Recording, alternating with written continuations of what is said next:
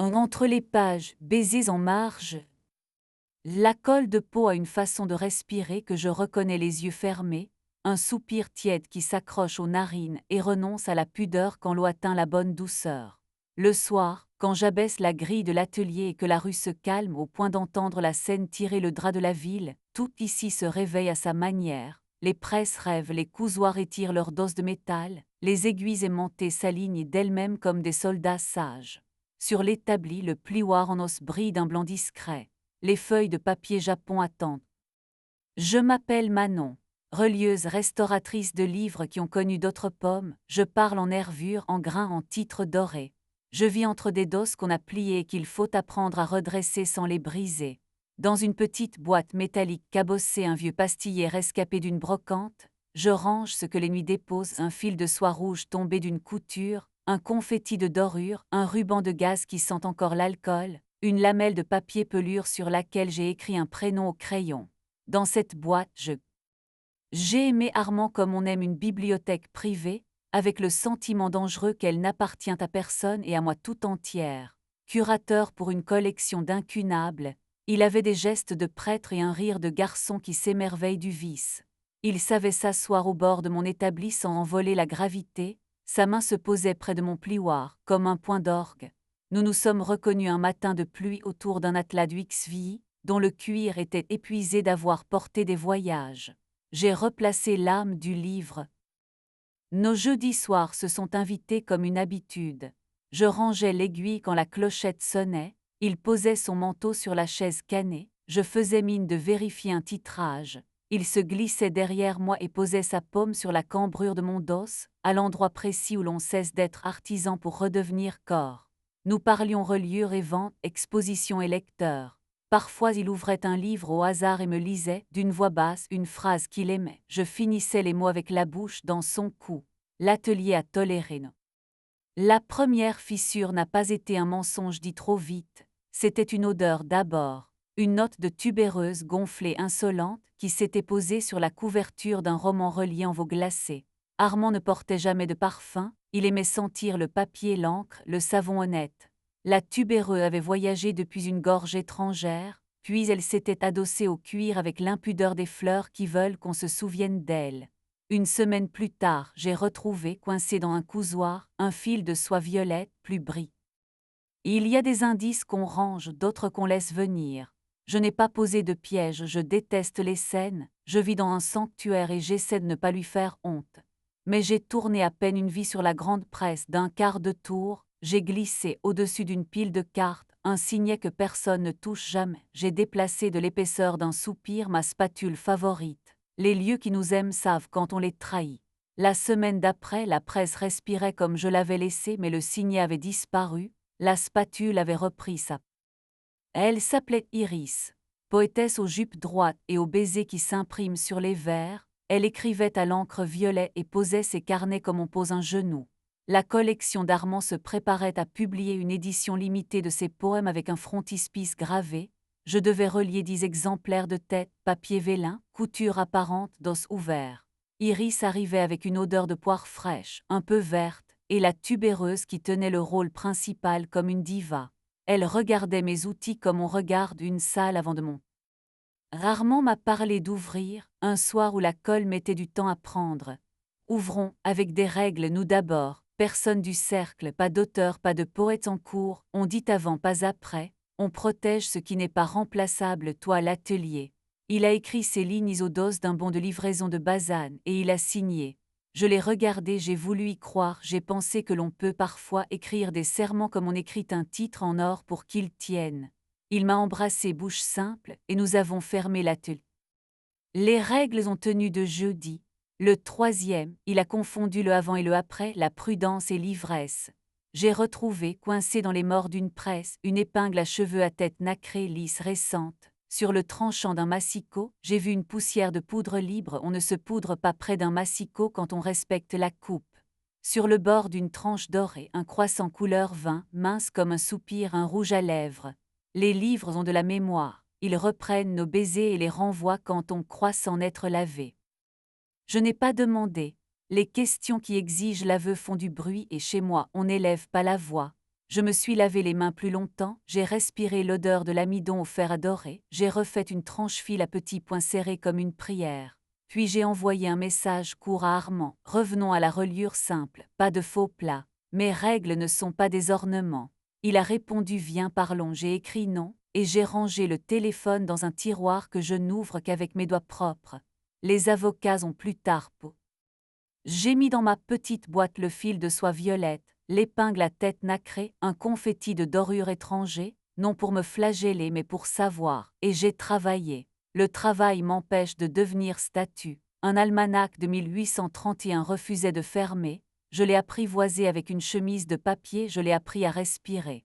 Un missel avait perdu son ruban, je lui en ai cousu un d'un rouge presque insolent juste pour lui. Une bande dessinée d'époque a demandé une couture japonaise, j'ai cédé en souriant à sa fan. Cet autre chaud est entré avec l'odeur d'une encre grasse et propre, un matin où la lumière s'étale à plat sur les vitrines. Il s'appelle Luc. Graveur et typographe, il façonne des caractères comme d'autres jouent du piano, ses doigts savent le poids d'un garamond qui fatigue, la fierté d'un baudonnier qui s'aligne. On m'avait parlé de lui pour un projet de livre d'artiste, texte à 8 mains, tirage court, papier à la cuve, reliure apparente. Luc a posé une caisse de caractères sur ma table avec une délicatesse qui m'a fait rire. Il a caressé du re. Il sentait l'huile de lin, la sueur d'atelier, un citron confit que sa tasse de thé avait trahi, et une odeur très discrète de fumée, peut-être un poêle. Sa voix était basse et tenait les mots comme des feuilles que le vent renonce à voler. Nous avons parlé technique, pliage, garde, sens du fil. Il m'a montré la danse des casses, la propreté nécessaire pour ne pas envoyer un O à la place d'un A. Je lui ai montré la couture d'os ouvert, la beauté simple d'un fil qui accepte d'être vu. Il a pris mon plioir comme on prend une nue. La première fois qu'il m'a touché, c'était pour empêcher ma manche d'embrasser la feuille d'or. Il a effleuré mon poignet, a glissé mon bras un peu plus haut, a soufflé là comme si le mot était un ruban. La chaleur s'est rangée au bon endroit. Le premier baiser a eu lieu entre deux presses, sous la lampe basse, à l'heure où la colle décide si elle se rend. Il a goûté mon café et le vernis qu'on sent toujours un peu à la fin de la journée. J'ai trouvé sur sa langue un reste d'encre et de citron. Nous avons compté jusqu'à 10 et nous nous sommes arrêtés. Luc n'a pas demandé de règles, il avait le génie du respect.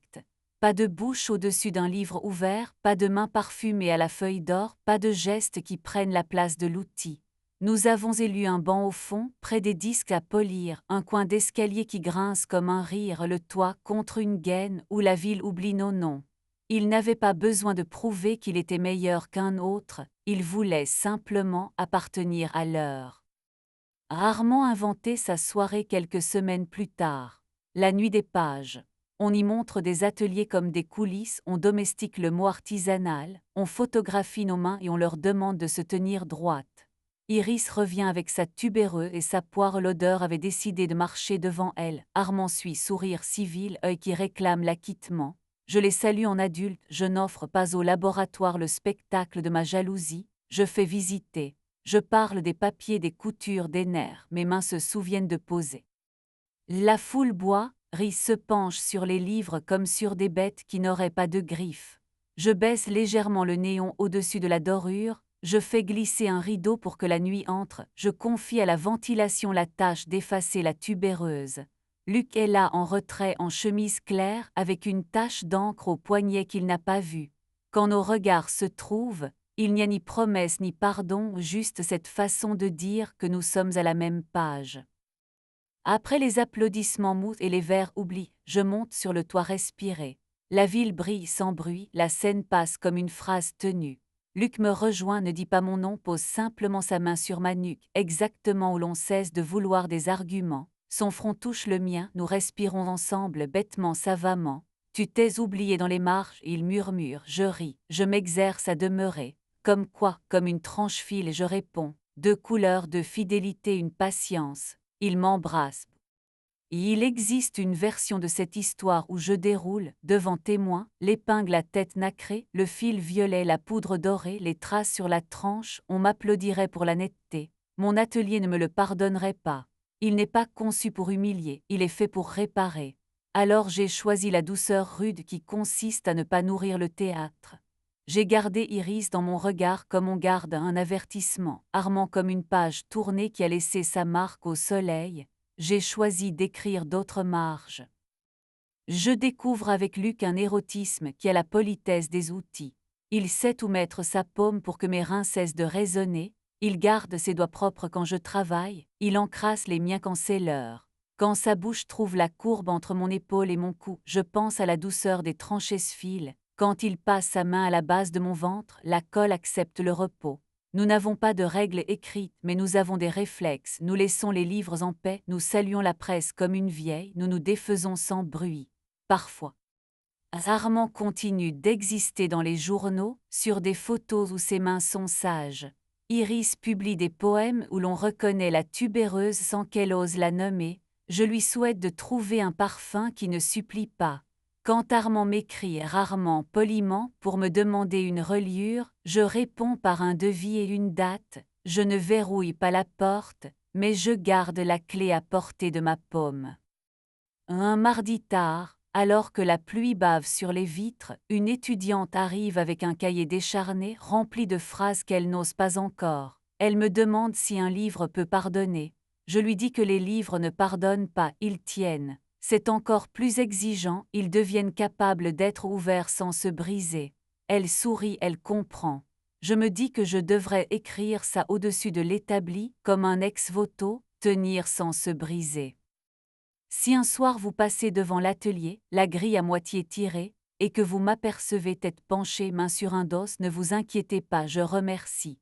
Je remercie la colle d'avoir eu la patience de ne pas coller nos mensonges, je remercie les presses de ne pas scander nos colères, je remercie la feuille d'or d'avoir choisi les titres et non les bouches.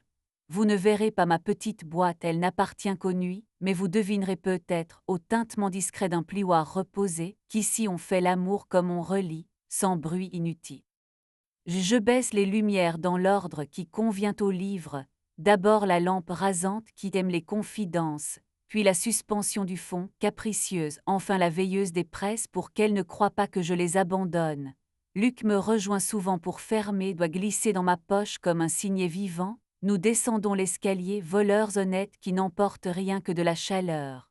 Dehors, la ville s'étire, dedans, un dos neuf décide de nous faire confiance jusqu'au matin. Mes preuves, je les garde à portée de cœur, non pour m'enliser dans un tribunal personnel, mais pour savoir ce que j'ai appris.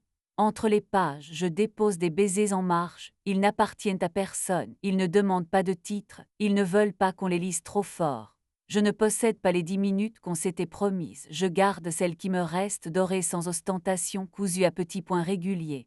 Et si un jour quelqu'un ouvre un de mes livres et sans comprendre, un souffle de peau d'encre et de patience, j'espère qu'il se